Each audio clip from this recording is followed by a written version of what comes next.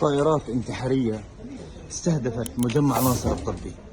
كما نلاحظ ما تبقى من هذا الصاروخ، ربما صاروخ طائرة حربية أو طائرة انتحارية، لا نعلم حتى اللحظة.